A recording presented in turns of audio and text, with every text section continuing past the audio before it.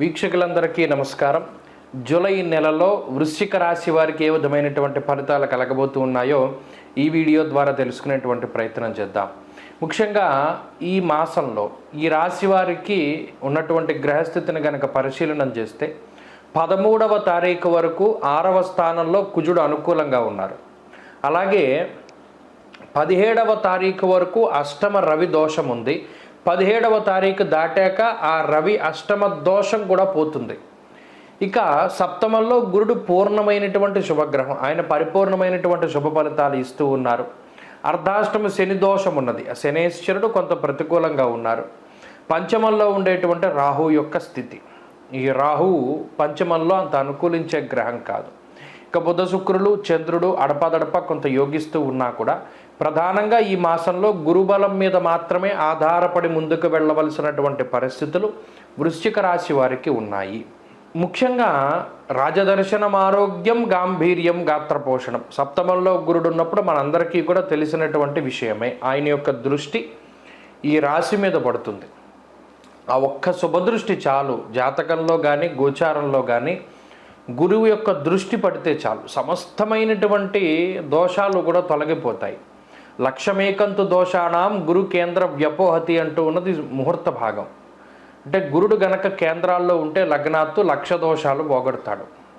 అయితే ప్రధానంగా ఈ మాసంలో 13వ తారీఖు వరకు కుజబలం ఉంది కాబట్టి 13వ తారీఖు వరకు కుజుడు, గురుడు, మిగతా గ్రహాల అనుకూలత వల్ల ఏ విధమైన ఇబ్బంది ఉండదు.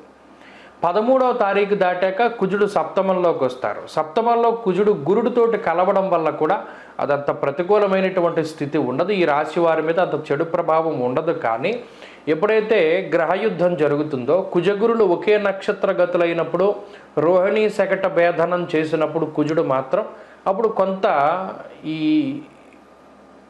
వృశ్చిక రాశి వారికి దాంపత్య జీవనంలో కొంత ఎడబాట్లు రావడానికి, లేదా జీవిత భాగస్వామితోటి ఏదైనా చిన్నపాటి మాట పట్టింపులు రావడానికి, లేదా ఈ దంపతులిద్దరూ కూడా ఒక ప్రాంతంలోనూ వేరే ప్రాంతంలోనూ నివసించడానికి, విదేశీయానాన్ని చేయడానికి, వీటికి ఎక్కువ అవకాశాలు ఉంటాయి.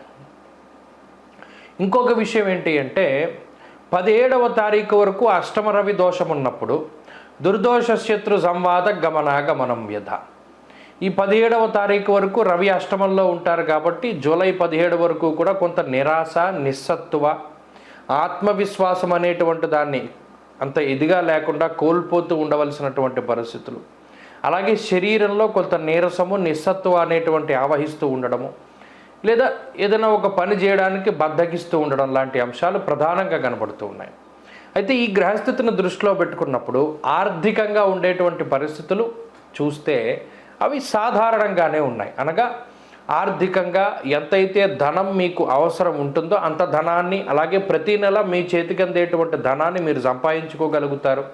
ప్రత్యేకించి ఈ నెలలో ఎక్కువగా ధనాన్ని సంపాదించాలి అని చేసేటువంటి ప్రయత్నాలు కూడా మంచి ఫలితాలని ఇస్తూ ఉంటాయి. అనగా ఆదాయ మార్గాల్ని పెంచుకునేటువంటి ప్రయత్నం చేస్తూ ఉండేటువంటి వృశ్చిక రాశి వారికి ఈ గ్రహస్థితి మంచి అవకాశాలని కల్పిస్తుంది. ఇక రెండవది ఆరోగ్యపరమైనటువంటి విషయాలు. ఆరోగ్యపరంగా మాత్రం కొంత ఇబ్బందులు కనబడుతూ ఉన్నాయి. ప్రత్యేకించి 13వ తారీఖు నుండి 17వ తారీఖు మధ్యలో ఉండేటువంటి ఈ 4-5 రోజులు మాత్రం కొంత జాగ్రత్తగా ఉండగలిగితే మిగతా నెలంతా కూడా మంచి ఫలితాలు సంప్రాప్తమవుతాయి. కుటుంబపరమైనటువంటి విషయాలను పరిశీలన చేస్తే కుటుంబ సభ్యులతోటి ఉండేటువంటి సఖ్యత అనేటువంటిది తక్కువగా ఉంటుంది. కుటుంబ సభ్యులతో మీరు గడిపేటువంటి సమయం చాలా తక్కువగా ఉంటుంది. ప్రత్యేకించి ఇందాక చెప్పుకున్నట్టు ఆ రోహిణీ శకట భేదనం చేసేటువంటి సమయంలో, కుజగురుల మధ్యలో జరిగేటువంటి గ్రహయుద్ధం జరిగేటువంటి సమయంలో కొంత కుటుంబ సభ్యులతోటి వైరము, విపరీతమైనటువంటి అర్థాలు, అనగా వారు ఏదైనా మాట్లాడితే మీకు కోపం వస్తూ ఉండడం, లేదా మీరు మాట్లాడితే వారికి కోపం వస్తూ ఉండడం, ఇటువంటివి ఎక్కువగా జరుగుతూ ఉంటాయి. వాటి పట్ల కొంత అవగాహన కలిగి ఉండాలి. ఓహో, గ్రహస్థితి ఇలా ఉంది కాబట్టి ఎలా జరుగుతోంది, వారు నేను చెప్పేదాన్ని సరిగా అర్థం చేసుకోవట్లేదు, కొంతకాలం పోయిన తర్వాత ప్రయత్నం చేద్దాం, వారితో మాట్లాడదాం, సర్ది చెప్దాం అనేటువంటి విషయాన్ని మీరు ఎక్కువగా దృష్టిలో పెట్టుకోవాలి. అలాగే ఈ ఉద్యోగ వ్యాపారాలకి సంబంధించినటువంటి విషయాలు కూడా సానుకూలంగా ఉన్నాయి. ఉద్యోగంలో, వ్యాపారంలో కొంత ప్రతిబంధకమైనటువంటి దోషాలు ఉన్నప్పటికీ వాటిని అధిగమించగలుగుతారు. వ్యాపార లాభానికి ప్రయత్నం చేయగలుగుతారు, అవకాశం ఉన్నది. ఇక విద్యార్థులకి ఈ గ్రహస్థితి కొంత మిశ్రమంగా ఉన్నది. ఎక్కువ ఏకాగ్రత లోపం కనబడుతూ ఉన్నది. ప్రత్యేకించి అతి విశ్వాసము, ఓవర్ కాన్ఫిడెన్స్ అంటారు, దానివల్ల దెబ్బతినేటువంటి పరిస్థితులు ఉన్నాయి. కాబట్టి చాలా జాగ్రత్తగా ముందుకు వెళ్ళాలి. స్త్రీలకు ప్రత్యేకించి ఇదే రకమైనటువంటి పరిస్థితులన్నీ కూడా అన్వయం అవ్వడానికి అవకాశం ఉన్నది. కాబట్టి ఆరోగ్యం పట్ల శ్రద్ధ అవసరం. మొత్తం మీద చూసుకున్నప్పుడు వృశ్చిక రాశి వారికి ఇది కొంత మిశ్రమమైనటువంటి ఫలితాలనే జూలై మాసం ప్రసాదిస్తూ ఉన్నది.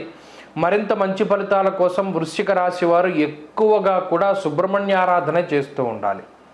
సుబ్రహ్మణ్య భుజంగ స్తోత్రాన్ని ప్రతిరోజు పారాయణ చేస్తూ ఉండడం, మంగళవారాలు ప్రత్యేకించి రావి చెట్టు, వేప చెట్టు కింద ఉన్నటువంటి జంట సర్పాల విగ్రహానికి పాలాభిషేకం, పసుపు కుంకం వేసి క్షీరాభిషేకం చేసి చక్కగా మరలా జలాభిషేకాన్ని కూడా చేస్తూ ఉండడం, చిన్న బెల్లం ముక్క నివేదన చేస్తూ ఉండడం, మంగళవారం నాడు ఎర్రటి పళ్ళు కానీ, కందిపప్పు కానీ, ఎర్రటి వస్త్రాలను కానీ దానం చేస్తూ ఉండడం, ఇలా చేస్తూ ఉండడం ద్వారా ఈ నెలలో మంచి ఫలితాలను పొందగలుగుతారు.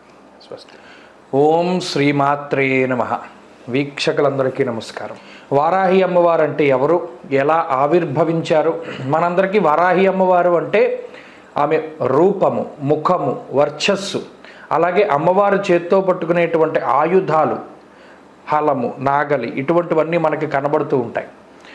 అయితే చాలామందికి తెలియనటువంటి ఒక విషయం ఏమిటి అంటే, లలితా సహస్రనామం ఎవరైనా చదువుతూ ఉంటే వాళ్ళకి తెలుస్తూ ఉంటుంది.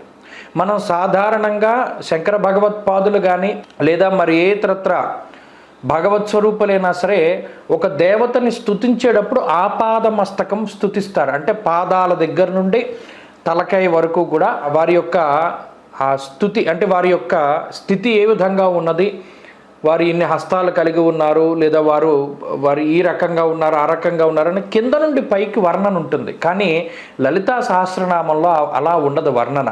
అమ్మవారి నామాలు గనక చూస్తే శ్రీమాత, శ్రీ మహారాజ్ఞి, శ్రీమత్ సింహాసనేశ్వరి, చిదగ్నికుండ సంభూత, దేవకార్య సముద్యత, ఉద్యద్భాను సహస్రాభ, చతుర్బాహు సమన్విత, అంటే కిరీటం దగ్గర నుండి కనబడుతున్నాయి మనకి వర్ణన.